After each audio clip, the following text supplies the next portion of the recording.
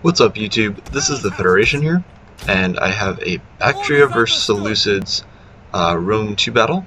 I've been using the bigger factions a lot lately, and I apologize for that to those of you who maybe aren't as interested in seeing that happen.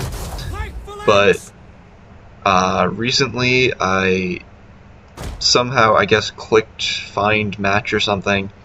Walked away from my computer because I didn't realize it was on Find Match. I think I had the window tabbed out, and I opened it up again like an hour later, and I see Crushing Defeat come up, and yeah, so apparently it had matched me against somebody that somebody decided to play out the battle, and I got a Crushing Defeat, which absolutely wrecked my rank and sent me all the way down to 160, and so I've been trying to rebuild that recently. So I have been using more of the kind of common factions. I've been using Parthia, Rome, Baktria, Seleucids, people like that. So I'm sorry, I know it's not as interesting to see, but I hate being... I know the rank doesn't really matter, but being down at 160 is kind of annoying. So yeah, I'm gonna see what I can do about that. But in the meantime, let's focus on this battle. So I've got 2 light peltasts, 4 Bactrian peltasts, 3 levy pikes, 2 Scythian horse archers, 2 cataphracts, 3 noble horse, and an Indian armored elephant. My opponents brought an armored elephant, Azot Knight, Median Cav on that flank, Median Cav, Azot Knight, Camel Spear on his other flank. He's got 2 levy pikes and 2 Persian hoplites, as well as 3 Eastern Slingers, and 2 Syrian Heavy Archers with a Chariot General. That's kind of an interesting choice, a Chariot General. I don't know about that, because Chariots you really have to take a risk with. You gotta be aggressive, and you just have to kind of accept that they're going to die. So that's certainly an interesting choice. Not one I would have made, but each to their own. And there's the benefit of the fact that the chariots normally don't get the encourage ability, but when your general's in it, it will get encourage ability, so there is some logic to it. That's often why I use elephants as my general when I play as Carthage, or something like that, because then a unit that normally wouldn't be able to encourage can, and that's always nice. I view putting your general as something like a Hellenic Royal Guard, or just any of the major units a little bit pointless, just because they already get to encourage, so it doesn't really need it. But everybody has their own style.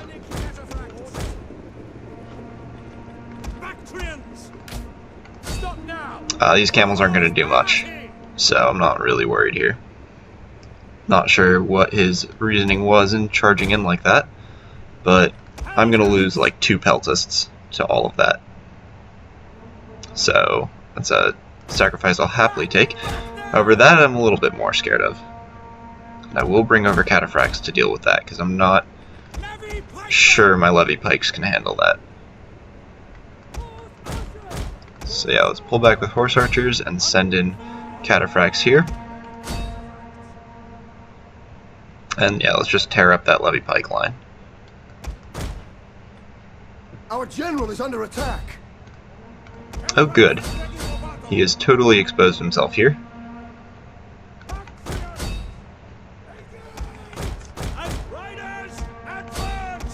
Alright, let's bring these guys around. And we did get good angles on him here. And we've absolutely torn up his front.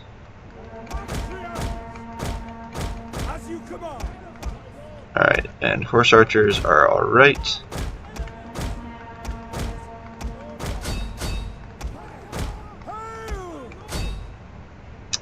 Looking good.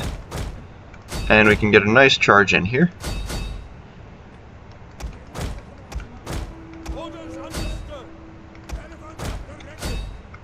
Let's go there as well. And this charge should just wreck those Persian hoplites, and now I can get my cav in there. And let's pull my cataphracts over, wipe out these archers. Not exactly what cataphracts are best at, but they'll do the job. The men are wavering.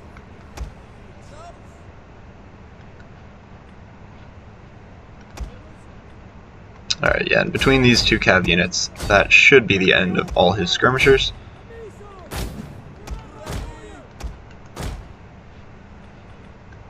Let's just move on up, and apparently they don't want to do that in a group, so let's do it manually.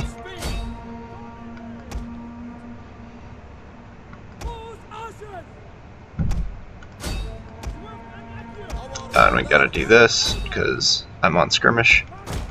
Which I could just take off, but it's easier just to kill them.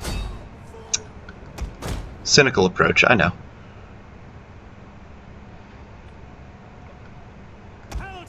The battle is turning So in our let's favor. come right up there and protect with the pikes, and he will call it game there. So good game to my opponent.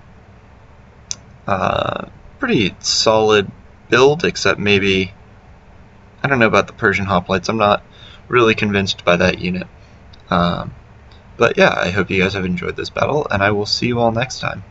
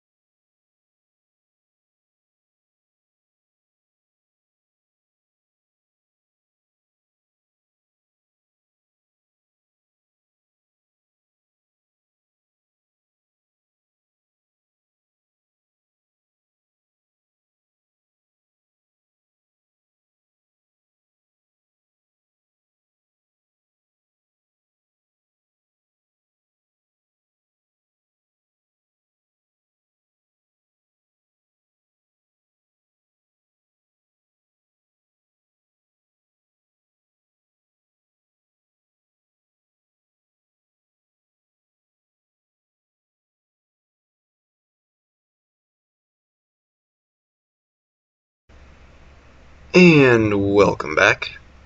So that did apparently do the trick. My army now can see all of these things, which is useful. So let's go back into military administration here. Gets me a nice little income boost. And then let's throw this fleet in the harbor, which I forgot to do last.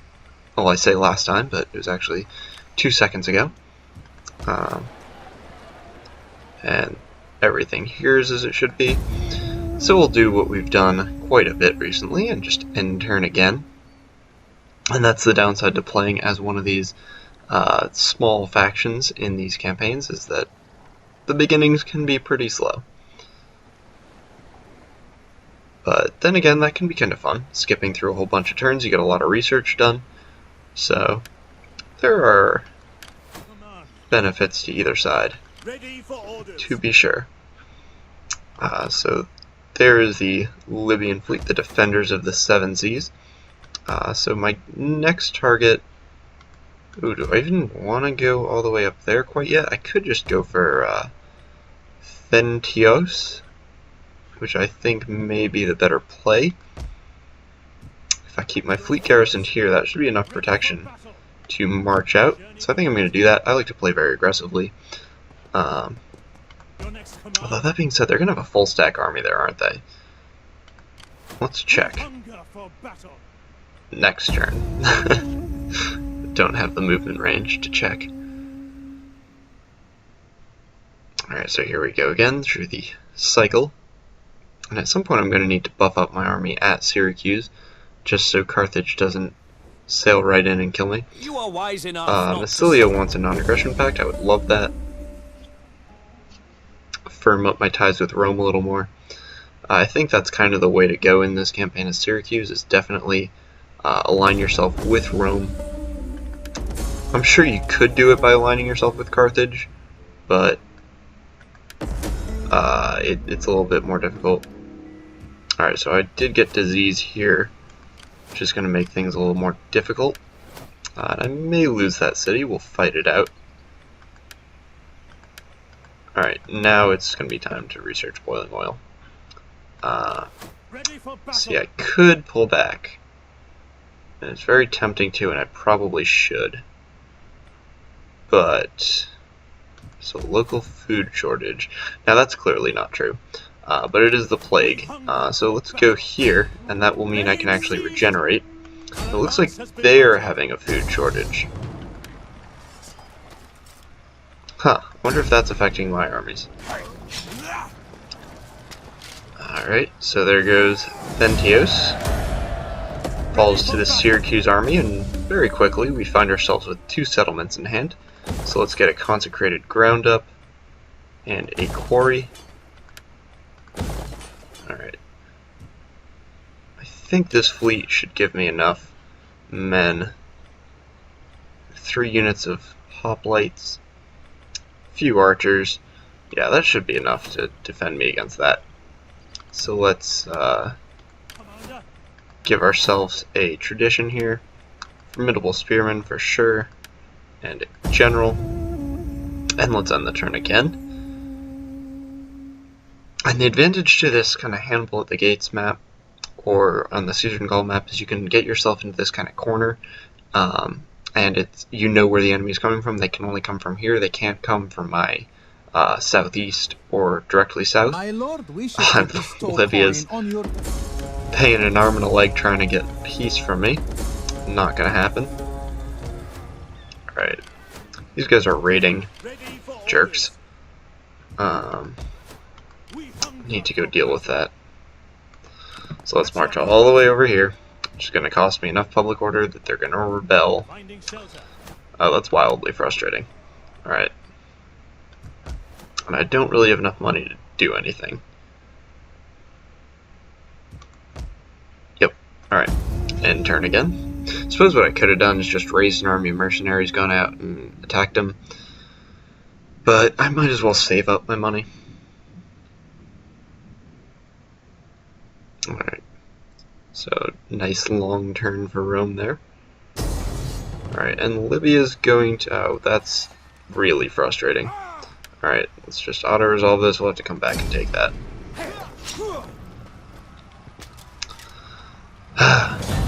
Yeah, that's the problem when you get somebody raiding your territory and you've just captured something. Ugh. Anyway, angry rant. Let's go for an Odeon so we don't get anything happening there. And yeah, now Libya's gone. Alright, back we march. This time I'm actually going to hold Thentios for a little bit before I move out, pretty much regardless of raiding or anything else like that going on. Which I probably should have done in the first place here, but I don't think ahead. So this time, let's occupy, and I've lost one of my citizen cav, which is going to be really frustrating. Now we have 2 slums here we have to take down, which is also really frustrating. No? Don't want to die? Cannot die. Oh, costs 500. Give me a break. Alright.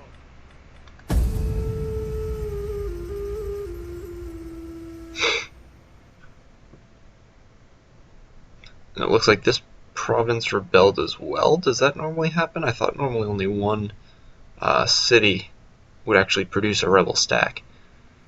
But I could be wrong. My lord wishes to bestow coin on your people. No. You're not getting peace. Even with all the struggles I'm having. You wish. Alright. Now let's try to do that. And demolish that. Oh, that's going to be really annoying to deal with. Your orders? We cannot sail there. Yep, can't get them. Alright, so 10 wealth from culture, 5% agent action costs, 2 wealth from culture, or agriculture, sorry.